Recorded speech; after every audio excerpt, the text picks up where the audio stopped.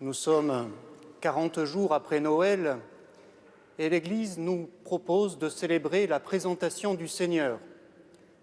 Que signifie cette présentation? Eh bien, saint Luc nous le dit, Jésus est présenté pour être consacré au Seigneur. C'est la raison pour laquelle nous fêtons aussi aujourd'hui la vie consacrée. Mais qu'est-ce que cette consécration? Revenons à la scène d'Évangile.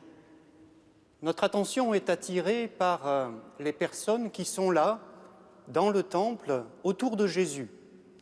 Il y a Marie et Joseph, Siméon et Anne, 2 femmes, 2 hommes, 2 plus âgés, 2 plus jeunes, à part égale. Et il y a aussi, en offrande, un couple de tourterelles et 2 petites colombes, comme en écho peut-être au couple des parents de Jésus et de ces 2 anciens habités par l'Esprit. L'Esprit plane sur cette scène comme au premier matin du monde. Oui, à l'horizon, nous avons déjà Pâques. Pâques que symbolise ce cierge pascal allumé, Pâques où Jésus fera l'offrande de lui-même pour le salut du monde, où le Père, comme Siméon, le recevra dans ses bras, où l'Église, temple de l'Esprit, comme Anne, proclamera les louanges de Dieu et parlera de Jésus à tous ceux qui attendent la délivrance.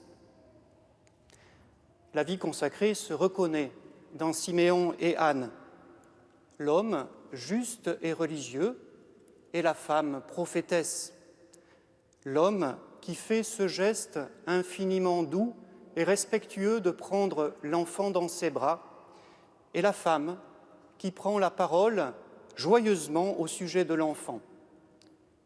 Siméon qui vient au temple et Anne qui vit dans le temple, servant Dieu jour et nuit.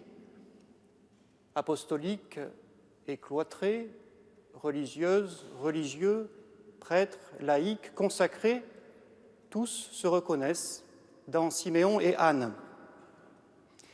Ils ont été appelés et ils ont répondu à cet appel du Seigneur pour être tout entiers consacrés à cette unique mission, recevoir et annoncer Jésus-Christ le Sauveur. Recevoir et annoncer Jésus qui vient dans le monde aujourd'hui comme alors et qui vient d'une manière à la fois prévisible et stupéfiante. Prévisible parce que annoncé par toutes les Écritures que Siméon et Anne scrutaient jour et nuit, comme le prophète Malachie qui dit « Soudain viendra dans son temple le Seigneur que vous cherchez ». Stupéfiante parce que ce n'est pas dans la puissance d'un bras souverain qu'il vient, mais comme un nouveau-né, un tout petit qui partage, comme le dit la lettre aux Hébreux, ce que les enfants des hommes ont en commun, le sang et la chair.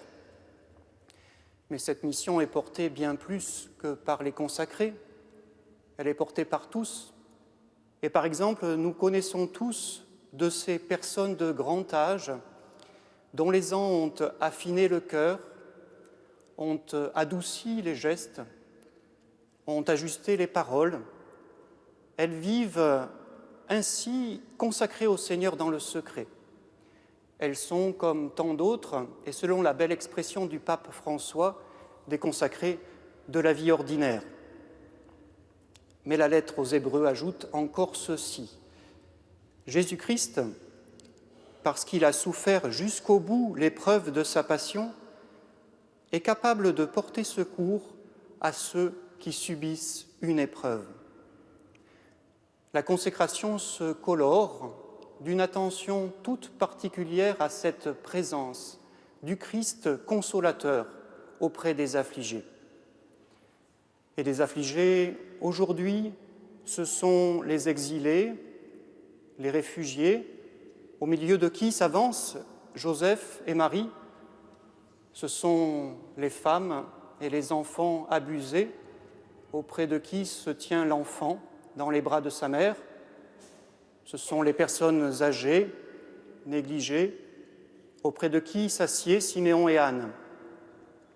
Alors, frères et sœurs, prions ce matin pour que le Seigneur continue d'appeler des femmes et des hommes à la vie consacrée pour être témoins de cette consolation.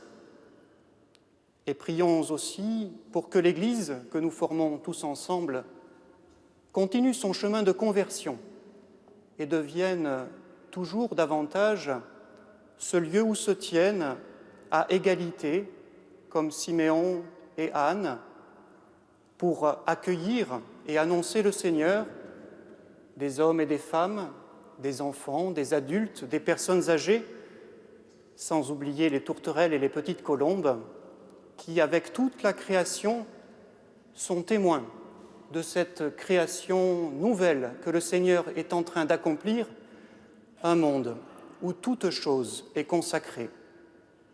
Amen.